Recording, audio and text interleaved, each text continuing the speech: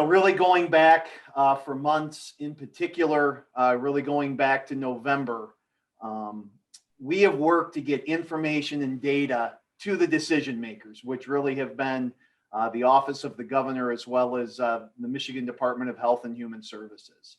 The two most pressing questions that I think every person connected to school sports has had now, really going back to mid-November, has been, what are the numbers that are currently preventing us from playing? And then the corollary question to that is, what do the numbers have to look like for us to play? Going back to mid-November, given the escalating daily cases, given the fact that our positive test rate was quite high, we certainly can understand why not just school sports, but many other things went on pause going back to mid-November. You now fast forward a little more than 2.5 months later. Our number of statewide daily new cases is a third of what they were back in mid-November.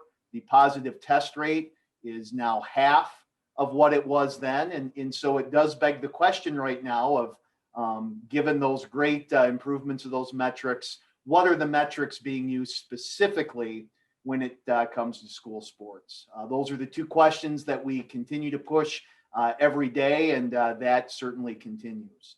Just know that whenever we've been allowed to play, going back in August, if that was certain sports, certain times, we've played, and we've been ready to do that, and that will continue to be our focus. It does bear repeating. I know many of you have these statistics, but I do want to just give them to you one more time, because I think these are very instructive. We did partner with Health and Human Services to get our fall sports completed under the rapid testing program. That included just over 5,300 individuals. That was players in those three sports. It was coaches. It was team personnel. And for those football schools, it included sideline cheerleaders. It included those students as well. Just over 5,300 individuals part of the program. 1% of those individuals had a positive test in the 3.5 weeks of the program. At the last data update, we are going to get one final update yet from MDHHS, but at the last report, it was right around 30,000 rapid tests had been completed and reported, and that negativity percentage was 99.8%. So we thought the numbers would be good. The numbers were extraordinarily good.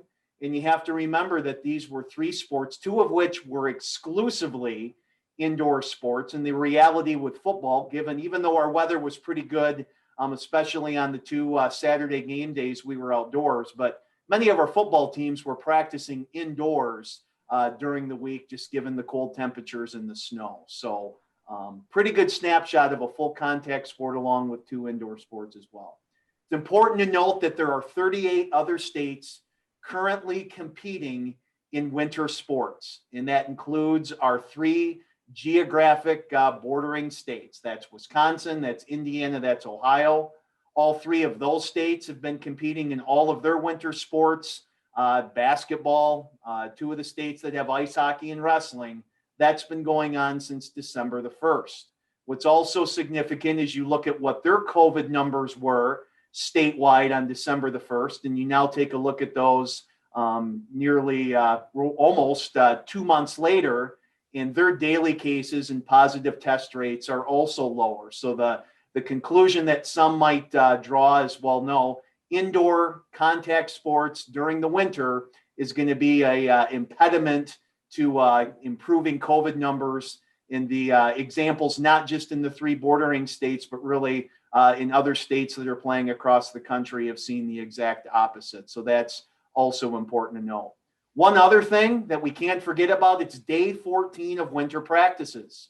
Back on January the 16th, all of our winter teams could begin gathering and practicing. Now, certainly in the four contact sports, there hasn't been able to be any physical contact during those workouts or any competition, but we've been gathering groups of kids and coaches together every day indoors.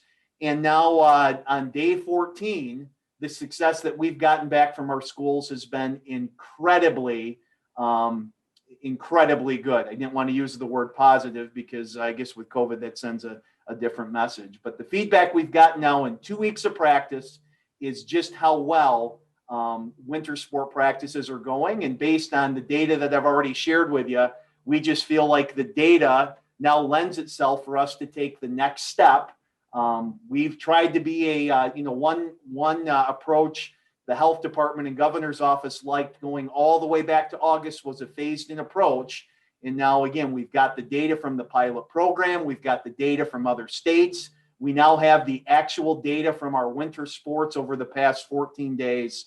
And we firmly believe that now is the time to take the next step to allow those 4 winter sports for those contact practices to begin immediately and for winter competition to also begin immediately as well. So.